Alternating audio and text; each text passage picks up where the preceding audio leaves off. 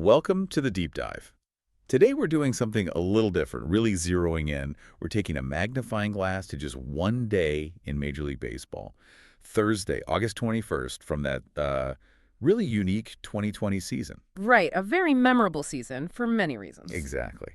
And this day, August 21st, it wasn't just, another Thursday on the schedule. It felt like a pivotal point. Playoff hopes getting a boost or maybe taking a hit. We saw some amazing individual performances and just that classic baseball unpredictability keeping everyone, well, on the edge of their seats. Absolutely, a lot packed into 24 hours. So our mission today is pretty clear. We're going to break down the key games from that specific day. We'll get into pitching decisions, those clutch hits, the big defensive plays. And sort of the bigger stories that started to bubble up from all that action. Yeah. So, okay, let's unpack this. What really stood out to you about August 21st? What were the big headlines that day? Well, what's really fascinating, I think, is how that single day was almost like a snapshot of the whole playoff race, You saw the pressure cooker environment. Right. Some teams really stepped up, showed what they were made of. Others, well, they showed some weaknesses that kind of stuck with them later on. It wasn't just about the scores. Yeah. It was how they won or lost, the dynamics involved, and you could feel how that day left its mark on where things were headed. That's a great way to put it, a real imprint on the season. So let's dive into the details. Maybe start in the National League East. The Miami Marlins, they pulled off a pretty notable 6-2 win against the St. Louis Cardinals. Yeah, that was significant. Especially because, the Marlins were seen by pretty much everyone as rebuilding at that point, deep in that phase. Yeah. So beating a team like the Cardinals, a traditional powerhouse, Yeah. what did that really mean? Well, it wasn't just a regular season win, I think. It felt like a statement. The Marlins, who people kept underestimating, they came out really aggressive at the plate, tactically aggressive. They worked deep counts against the Cardinals starter, really patient approach, forced a high pitch count early, got into the bullpen sooner than St. Louis probably wanted. Okay. It wasn't just swinging wildly, it was calculated. Guys like Brian Anderson, Jesus Aguilar, younger guys, they weren't just getting hits, they were getting them in big spots. It showed some real maturity. And for the Cardinals, it definitely exposed some things, maybe some bullpen depth issues showing up early, raised some questions about how they'd manage their arms in that compressed season. That's really interesting. A team expected to be, well, rebuilding, making such a clear statement with strategy, not just luck, against a contender. It does shift the narrative. Definitely. Okay, let's shift gears.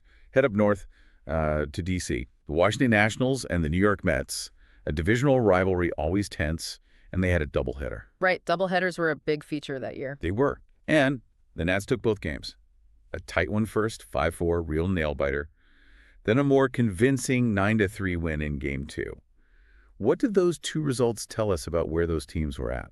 Oh, for the Nationals, huge. It was like a shot of adrenaline, Yeah. They were really grinding, trying to climb back into contention, sweeping a rival in a doubleheader.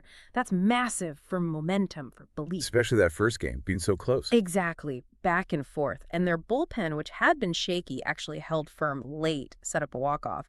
That kind of win builds serious confidence. Clutch moments. And for the Mets. Yeah, tough day for them. Dropping both to a direct rival, that's a body blow. Their bullpen, usually pretty solid, kind of stumbled in Game 1 in that key 7th inning. What happened? Well, they had a sinker baller in, usually gets ground balls, right? But he just couldn't keep it down. Gave up a couple of big extra base hits unexpectedly. Then in Game 2, the starter just couldn't keep the Nats quiet. Forced them to go to the bullpen way too early, taxed those guys. It really highlighted some consistency issues for the Mets, especially against teams that came out swinging. Yeah, those specific pitching struggles really seemed to magnify the losses for New York there. Okay, so from a high-scoring doubleheader, let's pivot completely. A classic pitcher's duel. Atlanta Braves beat the Chicago White Sox just 1-0. Wow. Tight one. In a game like that, 1-0, every single pitch, every play feels huge, doesn't it? Like a mini playoff game. Oh, absolutely. And that game was just textbook, really, on how championship teams find ways to win ugly, to grind it out. How did the Braves manage it? Their ace, Max Fried, was just dealing brilliant stuff. Mixed his pitches, kept the White Sox off balance, lots of weak contact, ground balls, just neutralized that really dangerous White Sox lineup. And the run. How did they even score? Well, it wasn't a big blast. It came in the 5th, I think. Started with a surprise sac bunt, actually, moved runners over. Then a ground rule double that just snuck past a diving outfielder. Small ball. Exactly. Showed they could manufacture a run when the bats weren't booming. Strategic flexibility. And for the White Sox, a young team known for that explosive offense, getting shut out like that. Yeah, that's got to be a wake-up call. For sure. A reminder that they'd face elite pitching like that in October. They couldn't really adjust to Fried's command, couldn't get guys in scoring position, showed they needed to find ways to win even when they weren't mashing. Adaptability. It really does underscore how winning those tight, low-scoring games can be a sign of true postseason readiness. Okay, let's hop over to the American League East. A real heavyweight matchup. Yankees taking down the Rays. 6-4. Yeah, always intense between those two. Definitely felt like a battle between two teams thinking World Series. Even then, lots of strategy, power, good pitching matchups. Totally. It was a chess match. And for the Yankees, winning that one against Tampa Bay, a direct rival, that's more than just a tick in the win column. It's a psychological edge. Reinforces their spot at the top. Right. Builds that belief they can beat anyone. The turning point, I remember, was in the 6th. Rays intentionally walked Stanton to load the bases. Calculated risk, and it backfired. Aaron Judge, known for his eye, worked a huge 2-out walk on a full count, forced in a run, completely flipped the momentum right there. Wow. Patience pays off. It did. And for the Rays, look, they lost, but they kept it close. They battled back late, showed they weren't going away easily, that they'd be tough all season. But the Yankees just executed a bit better in those huge moments. Yeah, seems like those high-leverage spots are where those rivalries really ignite. Speaking of big performances, let's go out west. The Oakland Athletics had a monster day. Swept a doubleheader from the Minnesota Twins. Another doubleheader sweep, yeah. The A's were rolling. They were. Won 4-2 in Game 1, then 8-3 in Game 2. What kind of message does that send? Sweeping a team like the Twins, another likely playoff contender. It's a huge statement from Oakland. Really put the league on notice. Showcase their depth, their resilience. Look at the two games. Game 1 was tight pitching, timely hits, bullpen locking it down. Right. Game 2. Offensive explosion. 3 different guys, Homer, Chapman, Laureano, Murphy, showed they could beat you in different ways. That versatility, that adaptability, that tells the rest of the AL, hey, these A's are for real. And for the Twins, got to sting. Oh, yeah. Big setback. Probably led to some tough conversations about their road pitching strategy, maybe sticking with the starter too long in Game 2, relying too much on a reliever who pitched the day before. Those kind of decisions get magnified. They do. And it showed their offense needed to find more consistency against good teams, especially when the pitching wasn't perfect. That kind of dominant sweep, showing off both the bats and the arms, must have been a massive confidence builder for Oakland. And sticking in the West, but the National League side, the San Diego Padres, they were also dominant, swept their doubleheader against the San Francisco Giants. Yeah, the Padres were really starting to flex their muscles around this time. They won big, too. 8-1 in the first game, 8-4 in the second. Just commanding. Absolutely decisive. And it was another clear message. San Diego is a serious contender. You saw the offense clicking. Tatis Jr. hit that huge homer in Game 1. Machado racking up extra base hits. The Friar faithful were loving it. Oh, yeah. But it wasn't just hitting. Their young arms were electric. Really impressive stuff, keeping the Giants hitters guessing, off balance, good breaking balls, locating fastballs. Just shut down a pretty experienced Giants lineup. So for the Giants. A real wake-up call. Losing both like that to a division rival showed there was maybe a real gap opening up between them and the Padres at that point.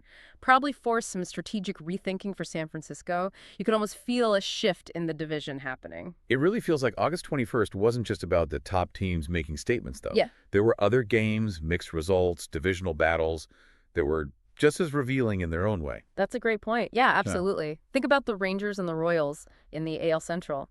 They split their doubleheader. Right. Rangers won the first 6-3. Royals took the second 6-4. Exactly. And neither team was, right in the thick of the main playoff chase. But that split still tells you something. Rangers' young guy, Adolis Garcia, hit a big 3-run bomb in Game 1.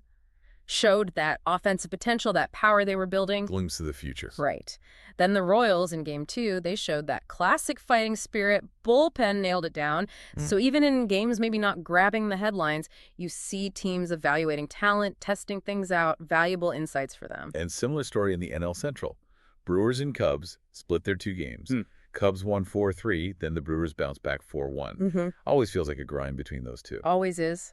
That NL Central race was so tight. The Cubs win, the 4-3 one, came down to like a perfectly executed hit and run in the eighth. Old school baseball against the shift showed they could adapt. Clever. But then Milwaukee answers right back. Dominant 4-1 win in Game 2, mostly thanks to their starter having a lights-out game, spotting his curveball perfectly, keeping the Cubs totally off kilter. So bouncing back like that. Yeah, it just highlighted how competitive that division was. Every game mattered.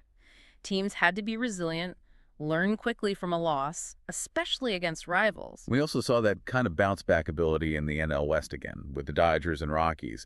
Colorado actually upset L.A. in the first game, 8-3. Yeah, that was a bit of a surprise. But then the Dodgers came right back. And that response was, well, it was fascinating because it really showed why they were champions. It wasn't just winning the second game, it was how they won it. A decisive 9-5 victory. They were messing around. None. They came out aggressive right away in Game 2, put the Rockies back on their heels, no hangover from the loss, just asserted control immediately, capitalized on everything. That ability to just flip the switch after a loss, that's elite. Tough lesson for the Rockies, maybe. Probably. That first win felt good, I'm sure. But the Dodgers' immediate, overwhelming answer was a pretty stark reminder of the gap that still existed there. Okay, one more game to touch on. An interleague nail-biter. Angels squeezed past the Reds, 2-1. What stands out when teams are playing opponents they don't see very often? Adds another layer, right? It really does. And those low-scoring interleague games, they often come down to great pitching and maybe one or two guys delivering in the clutch. Who stepped up here? Well, the Angels starter, he didn't have his best stuff, but showed incredible grit. A real veteran performance, ground through 6 innings, mostly relying on his changeup and slider because his fastball command wasn't quite there, limited a good Reds offense to just 1 run. Pitching without your A-game, that's key. Absolutely crucial. And for the Reds, tough loss, probably highlighted that need for their offense to be a bit more consistent, to cash in the few chances they get, especially when you can't rely on deep scouting reports against an unfamiliar arm. Tests your adjustments. So as we sort of pull back and look at the whole day, August 21st, 2020, it's really clear it was way more than just, box scores. It felt like the entire season packed into one day. It really did. Twists, turns, drama, that constant drive to win, and just the sheer volume of baseball with all those doubleheaders underscored the grind these guys were under, physically, mentally. And the managers, too, making all those strategic calls. Absolutely. And you saw how fragile momentum can be, right? Teams start strong, then stumble. Others shake off a bad start and pull out a win. Yeah, like the Marlins, patiently working counts, surprising people. Exactly. Or the Nationals getting that huge doubleheader sweep, injecting life into their playoff hopes. Pure resilience in a tough divisional fight. And the Dodgers just immediately shutting down any doubt after that upset loss. Yeah, textbook response from a champion, refusing to let one loss linger. So the lessons learned, the confidence gained, or maybe the confidence lost. That stuff matters. It played a real role in shaping who ultimately made it to the postseason. Which brings us to maybe the big question here. When you look back at a whole season, how much does one single day, even a really dramatic one like this, actually change the overall direction?